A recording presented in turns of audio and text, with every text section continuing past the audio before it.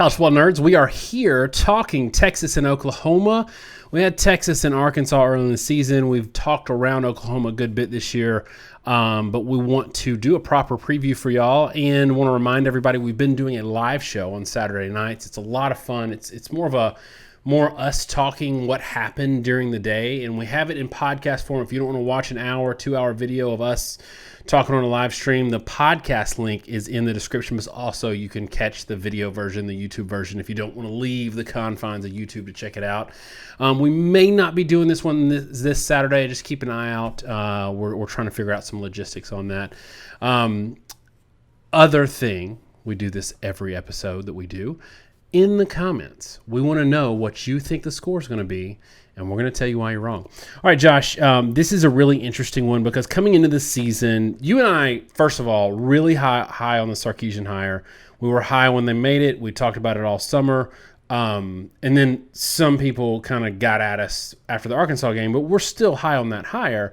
But coming into the season, this felt like maybe Oklahoma's year. I had them first in my preseason poll.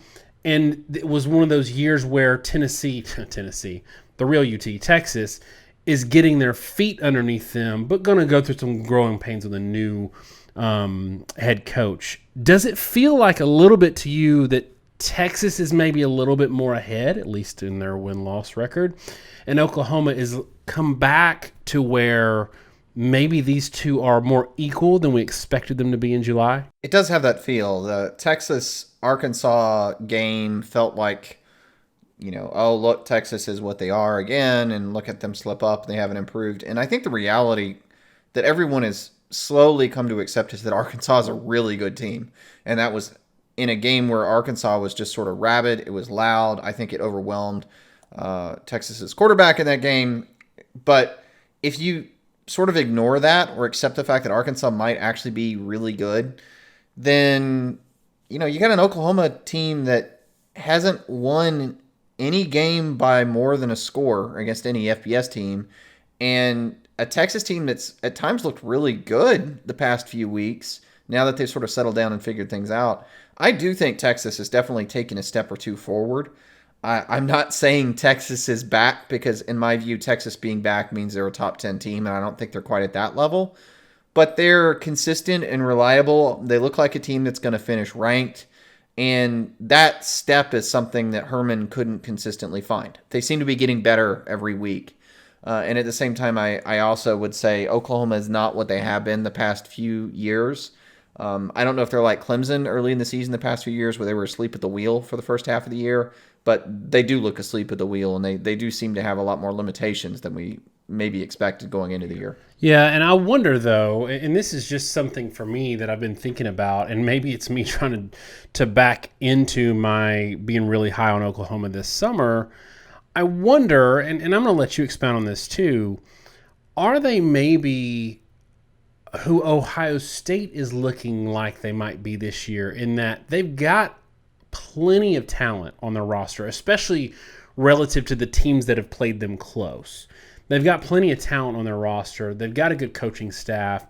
And maybe of all the teams in college football, right now we say Alabama and Georgia, right? And then everybody else.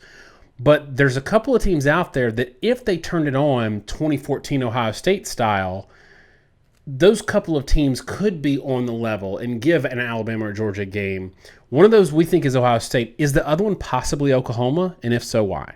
Oklahoma has the ability to give anybody a good game mainly because of the quarterback play. When you start playing high-level college football or even high-level NFL football, teams tend to start running a lot of man coverage. It becomes difficult to run the ball, and your team's ability to score on those sorts of games is really dependent upon having a quarterback that can make tight throws into tight windows downfield. Rattler gives them the ability to do that. Now, something I was critical of early in the year, and I don't know if Oklahoma fans have changed their mind on this, but I think it was kind of true. I don't think the receiving core is quite where it had been in prior years. I mean, you go look at like that 2019 receiving core with CeeDee Lamb and Charleston Rambo. They had dudes. 2018 in particular, Brown and Lamb was a phenomenal pairing. And then to go with that, you have Calcaterra. And now Mims is a good receiver. I mean, he's a leading receiver. He's a really good target, but he's not an absolute top tier guy, I think.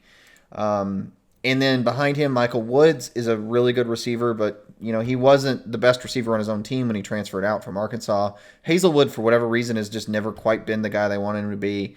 Mario Williams does look to turn it on, but across the board, I don't know that there's any one of those four guys is a first-round draft pick. I don't think any of them are.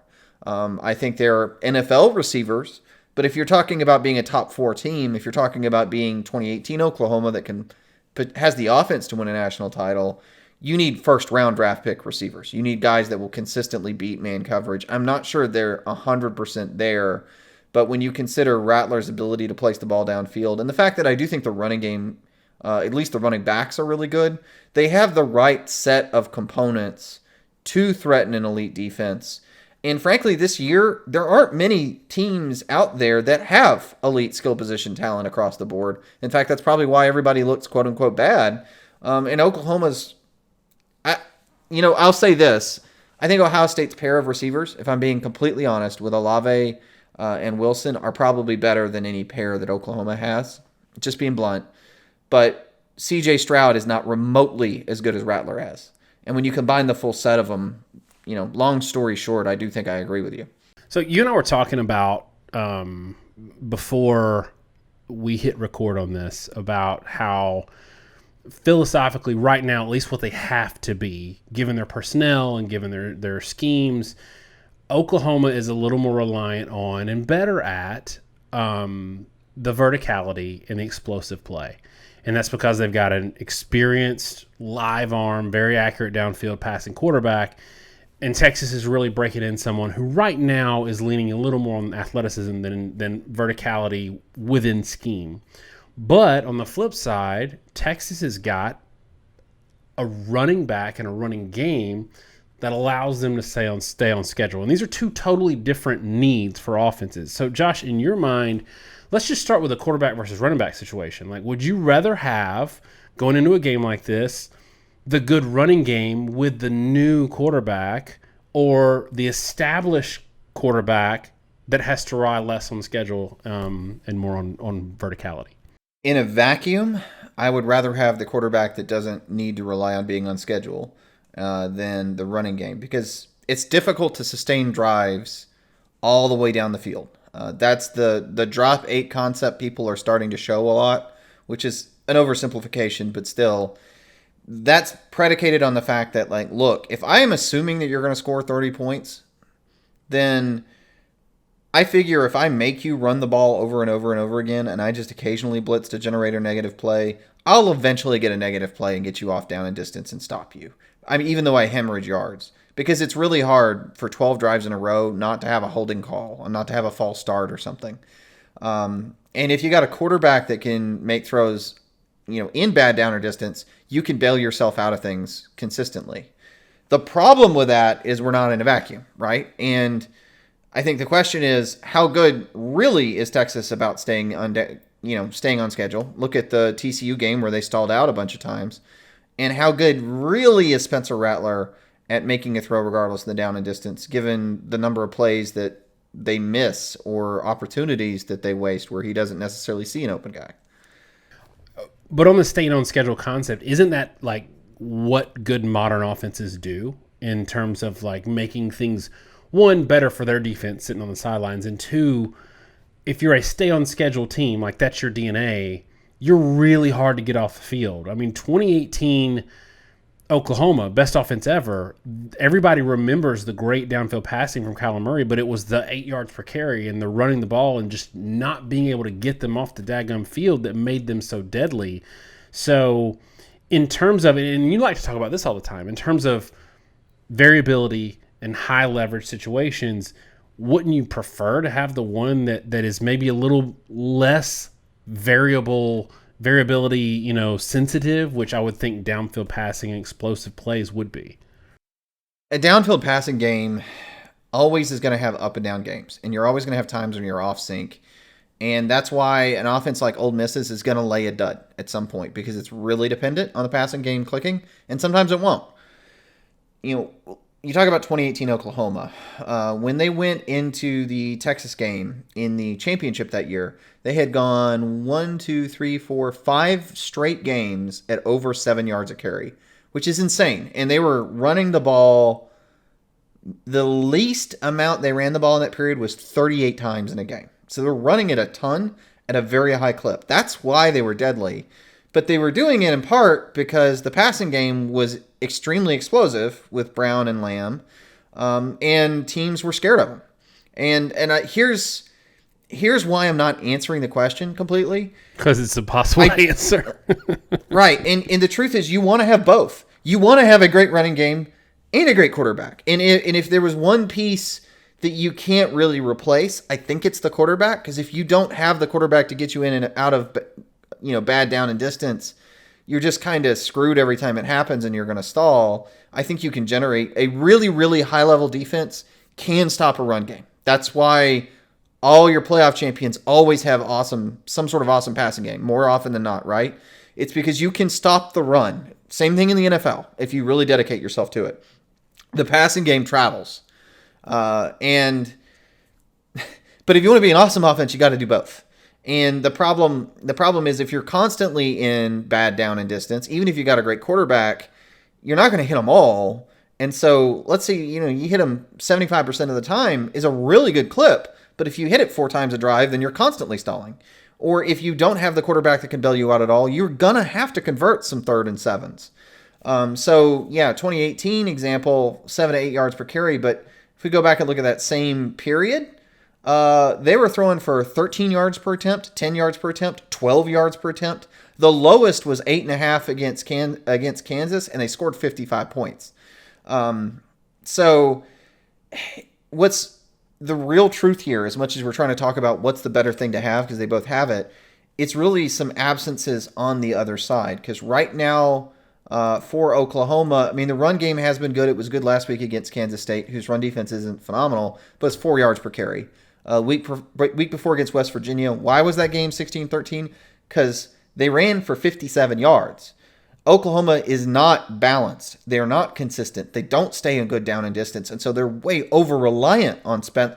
And I think maybe Rattler probably gets overly criticized because he has to bail them out way too often. And on the other side of the ball, if Texas, when they're staying on schedule, they have looked phenomenal the past few weeks, but the points like last week weren't necessarily there because the explosives aren't there, and explosives are the easiest way to score. And if they had a real, serious Hollywood Brown vertical threat in this offense, if they had, a Shipley, they would be at a completely other level if they had that to pair with a quarterback that could consistently hit those passes, and they don't. So both these teams have a good component, and then they also have some serious flaws. I'm not sure which one's better, but it's a fascinating matchup because I think they're so completely opposed in what they do well and what they do poorly. And, there's too many variables to say it's a referendum on which is better in this game because the defense is coming to play, etc. I think Oklahoma's ability to create disruption is probably a problem for Texas. But it is interesting to see which one will win out, and it'll be interesting to see because Texas is going to lean on Oklahoma for 4 quarters. Oklahoma, basically the way this game may go, right? Oklahoma may get up big, and then, Texas will lean on them, win time of possession, and Texas is going to try to close the end. Which one's of those is better? I don't know. Why don't we see what the model says which one is better? Sure. Why don't we do that? For those that aren't familiar with the model, the short version is our model is based off how you did against your competition, how good your competition was, and then based off those games, what you did right and wrong, and the competition level you were facing, it tries to extrapolate how it's going to go against this team, kind of based relative to your opponents and their quality. And then after projecting the way the game's going to go, it looks to develop a score. Not just like points per yard, but it actually is a little more based off, let's say, a combination of determining where your breaking points are, where your offense starts to be functional, where your offense becomes explosive, and then combining it with your ability to generate points off turnovers or special teams or what have you. A lot of what we said shows up in the stats here. The first thing that's interesting, I think, is if you look at the opponent, the percentage of opponent averages allowed, Texas, who's, their run defense is allowing like double what Oklahoma's is allowing. That shows up, right? 68% of opponent averages for Oklahoma, 103% for Texas. Oklahoma's allowing less than 3 yards per carry. Now, I think that's a little bit inflated. Like, for example, Nebraska has played some really weak teams, and they weren't very good running the ball in some of their games, but others they kind of feasted. And so stats at this point are still a little squirrely. But I do think it's interesting to me that Texas is not a higher number. Pass defenses are dead even. Both are at 94%. It's kind of rare to see the same number. Pretty similar averages allowed, pretty similar level of competition all told between the two teams. The only difference is really the fact that Texas is worse defending the run, but a better run team. They average 2 yards a carry more, even though they're worse run defense. And then that kind of breaks even in the model, really. I mean, they're expected to both get right at 5.7 yards per carry, both teams. The model gives Texas the edge, 32-27. That's just because, and I think if you're an Oklahoma fan, you could see this. I mean, Texas has been a little more consistent at scoring than Oklahoma has. Oklahoma leaves some points on the table. They throw interceptions. They turn the ball over. And that's why it's kind of docking them 5 points more or less, even though they're going to expect it to have more or less the same yardage. And so you get an evenly matched game, and you see the stuff that I'm talking about, right? That, Oklahoma and their offensive abilities keep them even with Texas. The fact that Oklahoma's defense is actually pretty darn good pulls them even. But Texas's efficiency, their ability to sustain drives and at least score some points on a consistent basis, is why the model ever so slightly favors them. The one interesting thing there to me is that the fact that Oklahoma's run defense is so much better in our model's opinion. Some of that, as I said, might be due to some squirreliness with competition.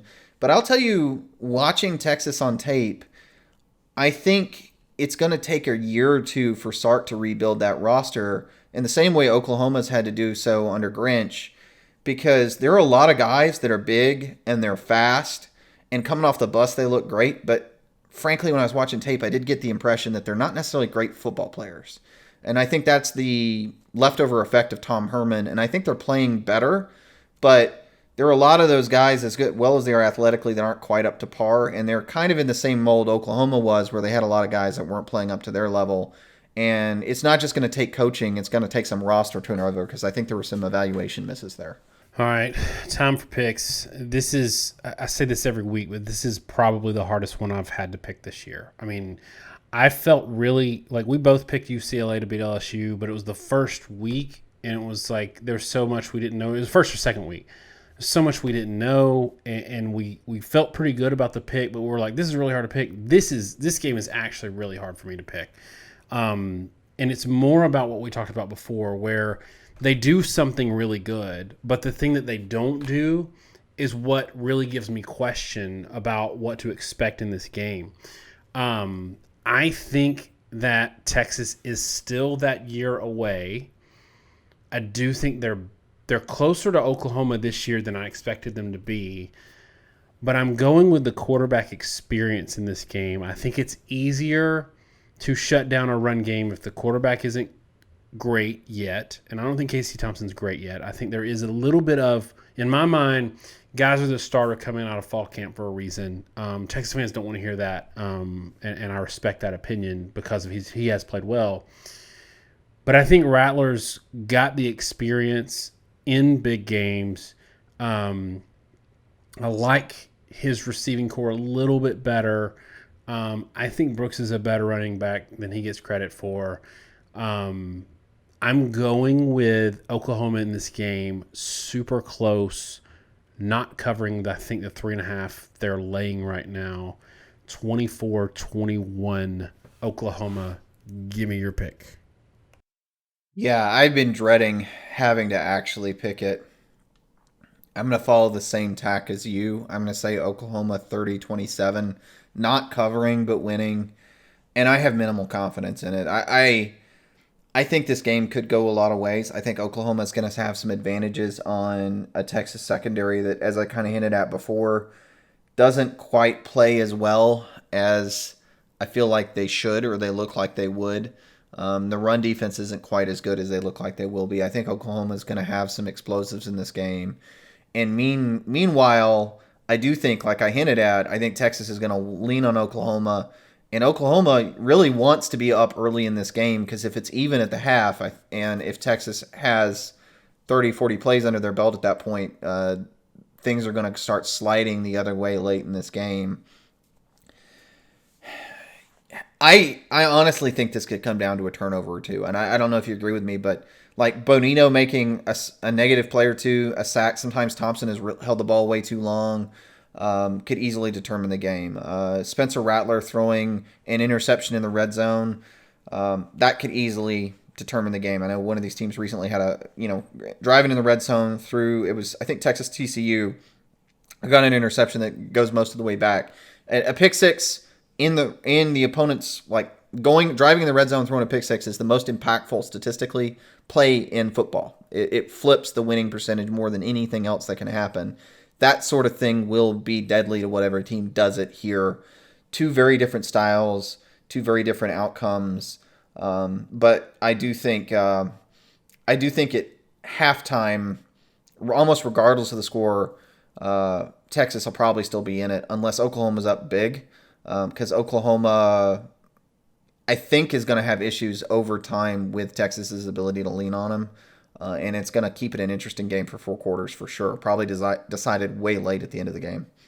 Yeah, and we've talked about this in the past. Anytime we predict a one-score game, the variability of turnovers plays such a big role, and we're never surprised at any outcome, or at least we're never surprised if our pick is right or wrong in those situations. Look at Florida-Kentucky yesterday. Florida did, for most of the game, outplay Kentucky, especially in terms of offensive performance and defensive performance.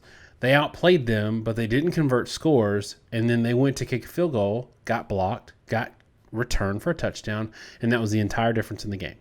That one play was the entire difference in the game. And like you said, that's something that can turn this game or decide this game, and we wouldn't be at all surprised. All right, let us know in the comments what you think the score is going to be for this game, and we'd love to engage with y'all in the comments, but we also really need your help. If you would share this video on your forum, on Twitter, Facebook, wherever you talk about college football, it helps us out so much. And obviously, subscribe, hit that notification bell, and we will see you Saturday night, maybe. And if not, we'll see you in a review on this game next week. Thanks so much, y'all. Have a great week, and God bless.